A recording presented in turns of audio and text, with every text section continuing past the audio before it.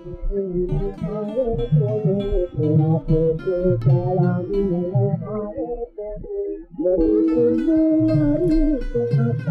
ঠাকুর না জন্মালে আমাদের ছোটবেলায় সাধারণ মুসলিম ফ্যামিলিগুলোতে কিচ্ছু যায় আসত না, কারণ তখন কাজী নজরুল ইসলাম মুসলিম পরিবারগুলোতেই রাজ করতেন। ভদ্র ভাষায় বলা যায় বিরাজ করতেন। রেডিওতে তোরা দেখে যা আমিনা মায়ের কোলে বাজলে নব ঘুরিয়ে আওয়াজটা জোরে দেওয়া হতো। রবীন্দ্রনাথের ছবি দেওয়া ক্যালেন্ডার কোনোভাবে বাড়িতে এসে পড়লে খুব মুশকিল হতো। দেয়ালে ঠাকুরের ছবি টাঙালে গুনাহ হবে, এই সলিড ধর্মীয় কারণে রবি ঠাকুর ঢুকে যেতেন কাঠের আলমারিতে। মুসলিম পরিবারে শুধু ঠাকুর নন, যে কোনো মানব মহামানবের ছবি টাঙানোতেও ভয়ঙ্কর নিষেধাজ্ঞা ছিল। তখন সেই মুসলিম পরিবারটির কাছে রবি ঠাকুর মানে একজন মানুষ, অতি মানব নন। গান লেখেন, কবিতা লেখেন, গল্প উপন্যাস লেখেন, নোবেলও পেয়েছেন। তাতে কি? রেডিওতে তার গান বাজলে ঘুম লাগে। ক্যালেন্ডারে রবি ঠাকুরের ছবি দেখে আমার দাদির সে কি আক্ষেপ! কি সুন্দর দাড়ি, ঠিকছেন পীর পয়গম্বর, গায়ে মৌলবি সাহেবের মতন ডোলা জামা, সব ঠিক আছিল, কিন্তু মোসখানের জন্য মুসলমান হতে পারল না মানুষটা। দাদি মাঝে মধ্যে ক্যালেন্ডারটা বের করে রবি ঠাকুরকে দেখতেন আর বলতেন, লোকটার মুখে কি যেন একটা আসে, শান্তি লাগে। কেন যে মুসটা ধুইতে গেল, ঝোলা মুসখান না থাকলে এ লোক একেবারে খাঁটি মুসলমান, আমগো ঘরের লোক। ইতিমধ্যে বড় মানে উঠলাম, সহজ পাঠ হাতে এলো। এত সহজভাবে জীবনের রস গ্রহণ করতে করতে বানান এবং বাক্য গঠনও শেখা যায়। কবিতা নয়, যেন ছবি। পথের ধারেতে একখানে হরিমুদি বসেছে দোকানে, বিধু গয়লানি মায়ে পোয়ে, সকাল বেলায় গরু দোয়ে, আঙিনায় কানাই বলাই, রাশি করে সরিষা কলাই। পাশে বসে বুড়ি দাদি ফুটুস করে ফুট কাটেন। এ তো পুরাই হিঁদু পাড়ার বর্ণনা। ও ময়না, মুসলমানদের নিয়ে কিছু লেখা পেলে শোনাবা। আমি পড়ি। বামি ওই ঘটি নিয়ে যায়, সে মাটি দিয়ে নিজে ঘটি মাজি। দাদি বলেন, রবীন্দ্রনাথ পীর মানুষ তো, ঠাকুর, সারা জীবন আল্লাহর কথা ভেবেছে, তাই ঘর সংসারের কথা ভুল ভাল লিখেছে। মাটির সাথে একটু ছাই মিশাই না মাজলে ঘটি সোনার মতো ঝকঝক হওয়া মুশকিল। এসব কথা শুনে আমি বিরক্ত হতাম। মা মুখ টিপে হাসত। এরপর সংসারে যা হয়, ভাইয়ে ভাইয়ে ঝামেলা, হাতাহাতি, দায়িত্ব এড়ানোর প্রচেষ্টা, এইসব অশান্তির মাঝখানে বাবা ভিন্ন হলো এবং একটা ভাড়া বাড়িতে আমরা উঠে এলাম। তারপর কিছুদিনের মধ্যেই আমাদের নিজের বাড়ি হলো, বাগানওয়ালা বাড়ি। আমার মায়ের জীবনে খুশি নেমে এলো। রেডিওতে জোরে জোরে প্রাত্যহিকী শোনা হতো রোজ। প্রাত্যহিকীর পর 15 মিনিটের জন্য রবীন্দ্রসঙ্গীতের প্রোগ্রাম হতো।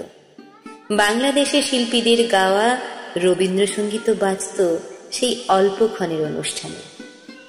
আমার পড়া মুখস্থের সঙ্গে জোরে বাজানো রবীন্দ্রসঙ্গীতের কোনো বিরোধ ঘটত না। মাও কলা মেলাত। মা গান না শিখলেও সুরজ্ঞান ভালোই ছিল। নতুন বাড়িতে ছোট্ট মতো লাইব্রেরি তৈরি হলো। রবীন্দ্রনাথ সাড়ম্বরে এলেন। অনেক লেখকের বইয়ের সঙ্গে সঞ্চয়িতা, গীতবিতান, উপন্যাস সমগ্র, ছোট গল্প এলো। আরও এলো রেকর্ড প্লেয়ার, চারকোনা বক্স, তার উপর গোল রেকর্ড, কালো রঙের। পিন চাপিয়ে গান শুনতে হয়। সারাদিনই রবীন্দ্রসঙ্গীত 2-3 বার তো বাজতই। হেমন্ত মুখোপাধ্যায়, সাগর সেন, অর্ঘ্য সেন, সুচিত্রা মিত্র, দেবব্রত বিশ্বাস, সুমিত্রা সেন আমাদের মন ভালো রাখতেন। আরও ছিল সিনেমার গানের রেকর্ড, মণিহার, লালকুঠি সিনেমার গান, সন্ধ্যা মুখার্জির গান, ছিল সিরাজউদ্দৌলা নাটক। আমার দাদি আমাদের সঙ্গে থাকতেন না, মাঝে মাঝে এসে 1-2 মাস করে থাকতেন। কাপড় চোপড়ের সঙ্গে জায়নামাজ, তসবিহ সব আনতেন। আর আনতেন দাড়িওয়ালা ফেরেশতার ছবিখানা। কেউ জানত না, আমি আর মাই শুধু জানতাম। পরে অবশ্য সবাই জেনেছিল। হেমন্ত মুখোপাধ্যায়ের গলায় রোদন ভরা এ বসন্ত শুনে দাদির চোখ দিয়ে জল গড়িয়ে পড়ত। রেকর্ডের উল্টো পিঠে ছিল রাঙিয়ে দিয়ে যাও, সেটা শুনেও কাঁদতেন।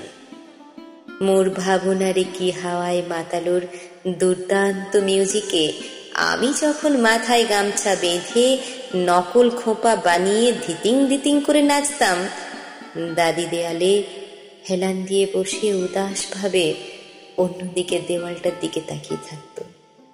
চোখ দিয়ে অবিশ্রান্ত অশ্রু ঝরত। গানের সব কথার মানে যে ঠিক মতো বুঝতেন না, সেটা আমার মতো বাচ্চা মেয়েও বুঝতে পারত। এক দাড়িওয়ালা পীর টাইপের মানুষের সঙ্গে এই গানগুলো জুড়ে দিয়ে আমার নিরক্ষর দাদি কখন যেন তাকে নিভৃত প্রাণীর দেবতা বানিয়ে ফেলেছিলেন নিজের অজান্তেই। নইলে যেবার বাবার ভয়ঙ্কর টাইফয়েড হলো, তখন দাদিকে নামাজ শেষ করে বাবার মাথার কাছে দাঁড়িয়ে দোয়া পড়ে গায়ে মাথায় ফুঁ দিতেন, আর গোল করে পাকানো রবি ঠাকুরের ছবিওয়ালা ক্যালেন্ডারটি বাবার মাথায় স্পর্শ করাতেন। দাদির মৃত্যুর সময় ছেলের বউরা চামচে করে বেদানার রস আর জমজমের পানি খাওয়াচ্ছিল। অসতির পর বৃদ্ধার মুখ থেকে বাইরের দিকে গড়িয়ে পড়ে গিয়েছিল সব তরল। গেলবার শক্তিটুকুও ছিল না, অথচ হাতের মুঠোয় মুড়িয়ে রাখা রবি ঠাকুরের ছবি চাপা সেই ক্যালেন্ডারটি শক্ত করে ধরে রেখেছিলেন। ঘরে উপস্থিত সবাই ক্ষীণ স্বরে লা ইলাহা ইল্লাল্লাহ মুহাম্মাদুর রাসূলুল্লাহ বিড়বিড় করছিল। দাদি আমার মায়ের দিকে ঘোলাটে চোখে তাকানোর চেষ্টা করে কি যেন বলার চেষ্টা করছিলেন। একবার নয়, বারবার।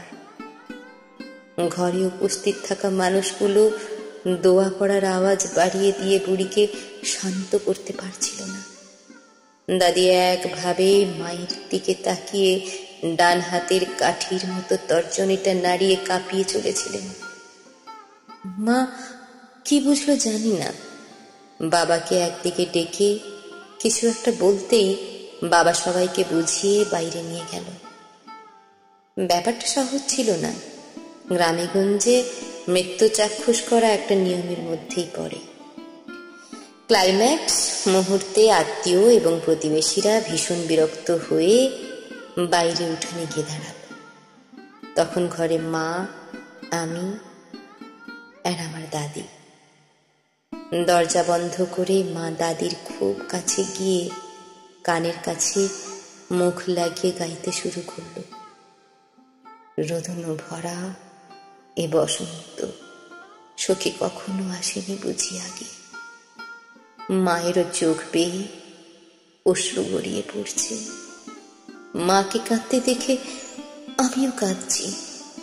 সে এক মুহূর্ত বটে, দক্ষিণ সমীরে দূর গগনে মা থেমে গেল। দাদির চোখের জল আঁচলের খুঁট দিয়ে মুছিয়ে দিয়ে চোখের পাতা দুটো বুঝিয়ে দিল। হাতের মুঠো থেকে গোল করে জড়ানো ক্যালেন্ডার খানা ছাড়িয়ে নিয়ে পুরানো আলমারির ভেতরে তুলে রেখে দরজা খুলে দিল।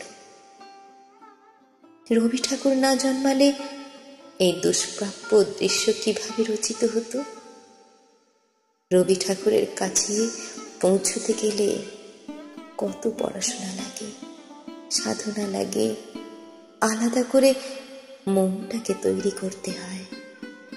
কিন্তু যার কাছে রবীন্দ্রনাথ নিজে পৌঁছে যান, তার কেবল ভালোবাসা দিতে লাগে।